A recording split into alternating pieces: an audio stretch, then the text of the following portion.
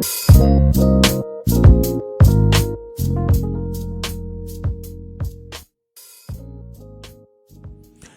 folks, now anybody that's been around me for a minute know that I am a music junkie, of real music though, not the crazy stuff, which is open for debate. Anyway, this may be old news to some of you guys, but this is pretty new to me. It sounds kind of strange, and I remember Sly. Oh, and shout out to Sly. So we look Super Sly, Truth Teller, Misanthropic One, Tony Anthems, them the music heads, them from the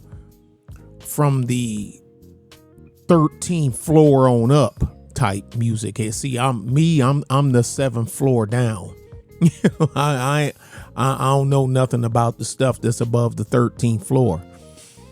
So they might be able to shine some light, or somebody else here, might be more inclined on it than I am. But I'm just going to play this part now when it's about, about the Tidal deal. And Sly done a video, I think on Jay-Z, because this Tidal and Soundcloud thing. But I know Sly done something about, I think it was Jay-Z or somebody like that selling a huge chunk of something like that. But anyway, this is from a channel that I'm sub to called Darko, Darko Audio. And I've been following this guy for a while. But anyway, let's go ahead and play it. SoundCloud. They announced this week that they're changing the way that they pay royalties to some of their artists. So they're moving away from what's called a pro rata model and towards what's called a user-centric model. So some artists.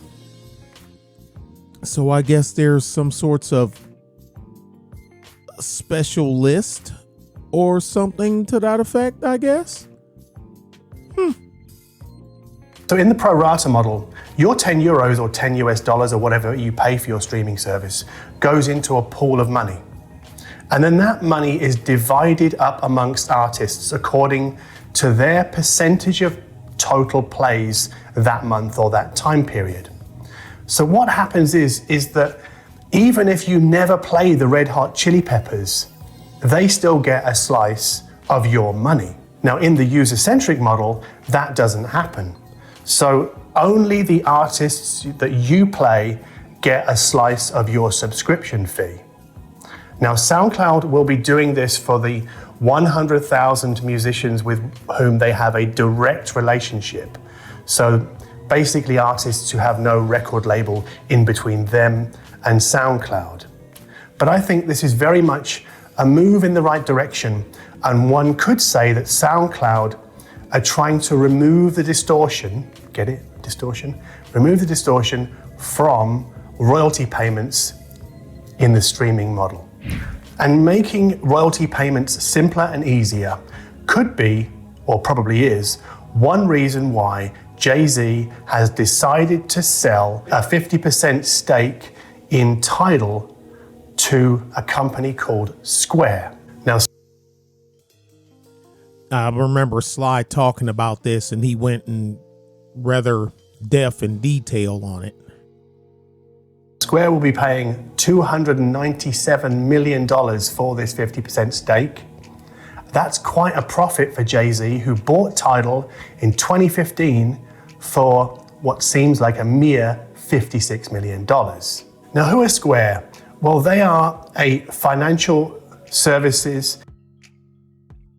I know who Square is. I dumped them in 2 months. I'd used them for a credit card, secondary credit card processing. And yeah, they didn't change their model a little bit since I dumped them some few years ago. But I should have known the red flag is when you sign up for it, that there wasn't a phone number for you to call and talk to someone if something went wrong. Or you had to send somebody an email on a credit card discrepancy. Well, I'm in the towing business. That's not going to do any good. Because by the time they respond, I can't say, well, sir, I'm going to keep you in your truck and trailer here, or ma'am, you and your station wagon until they respond to this email. That dog ain't going to hunt. But anyway, I hear they done changed now. Don't matter. I just dumped them all together and stayed with the merchant finance, with the merchant services that I'd already had. Onward.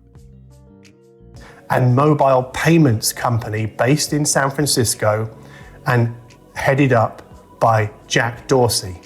And many people will know Jack Dorsey as the CEO and co-founder of Twitter. Now, what Square aimed to bring to Tidal is a more efficient and I would suppose a fairer way to distribute royalties from the streaming service to artists. Because remember, Square have expertise in micro payments, mobile payments, things like that. But I do wonder if, because of the Jack Dorsey connection, maybe Tidal will pick up some social media smarts along the way. I guess only time will tell. Now we move to a company I'd never heard of until yesterday. And they're called Polyvection, and they're based just outside of Berlin. So this is...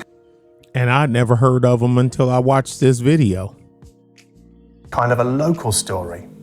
And what Polyvection have produced, so they're making this in their facility on the outskirts of the city, is a affordable network streamer with Wi-Fi. It's called the DAC32 because it's based around an ESP32 microcontroller that then feeds the digital stream onto a Texas Instruments PCM5122 DAC chip. Now, how do you get a stream into the DAC32?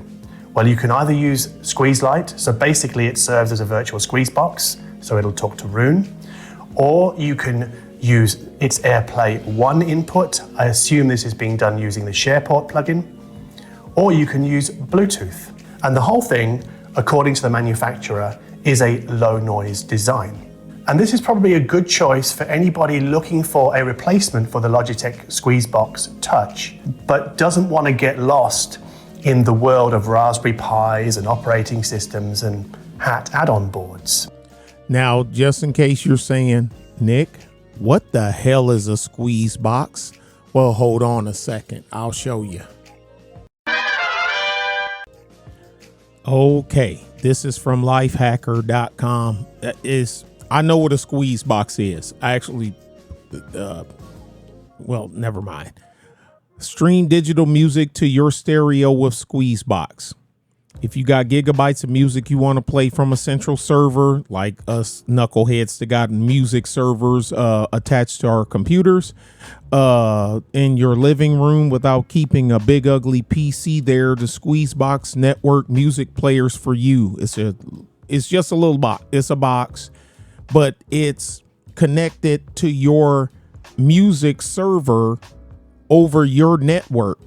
At your home, your office, or whatever the heck. Some people they do it wirelessly. I got mine running on the net on the Cat 5 cable.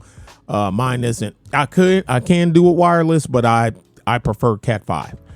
But anyway, that's what, because I know somebody saying, what the hell is a damn squeeze box? And what you do, you just have like the controller like in your remote location, like in your other room or whatever the heck. And, you know, you can use your remote control and whatnot and dial up music and play it through your speaker sound system that you got throughout your place without going to access your actual computer that you have it on. Okay. All right. Let's keep going. Because the DAC32 from Polyvection sells direct from their website for 65 euros. So that's roughly the same price as a Pi 4 on its own. And that's a pretty good deal when you consider that this thing is made in Germany. Our final story this week relates to a 2020 revenue report coming from the Recording Industry Association of America. These are the folks that go after you when you record and distribute music without them getting a cut. I mean, without backhand payment. I mean, God dang it. Without acquiring proper licensing from them. Yeah, that's what I meant. Yeah. Think Napster. Okay. Think BearShare. Think LimeWire. Okay. Yeah, that. In which they tell us that the amount of revenue generated by vinyl sales in America is $620 million. And the revenue generated by CD sales is $483 million. So it might be easy to look at those numbers and conclude, well, vinyl is more popular than CDs now in America. Vinyl just costs more. You sell more CD units than you do vinyl records, but vinyl records, for the most part, brand new off the store shelf vinyl records cost more than a CD. America.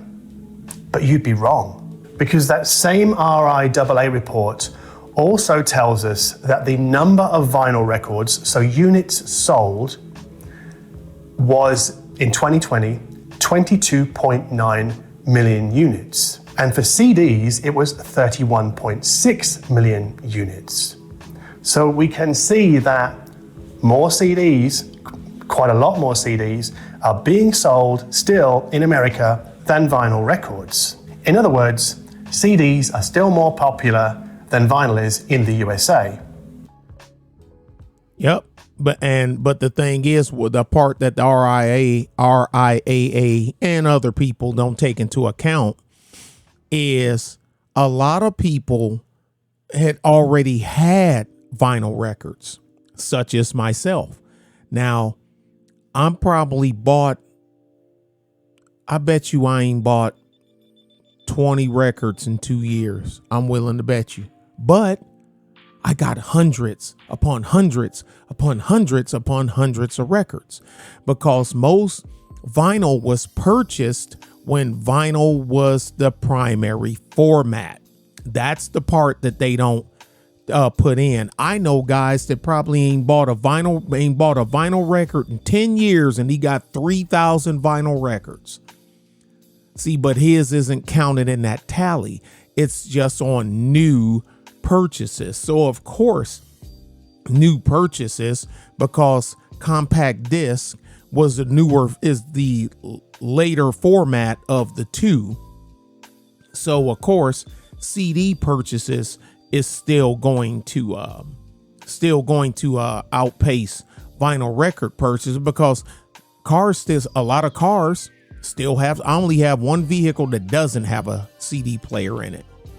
Got one, you just have to plug in your USB thing or do the Bluetooth, but all the rest of them you can do that, and it has a CD player in it.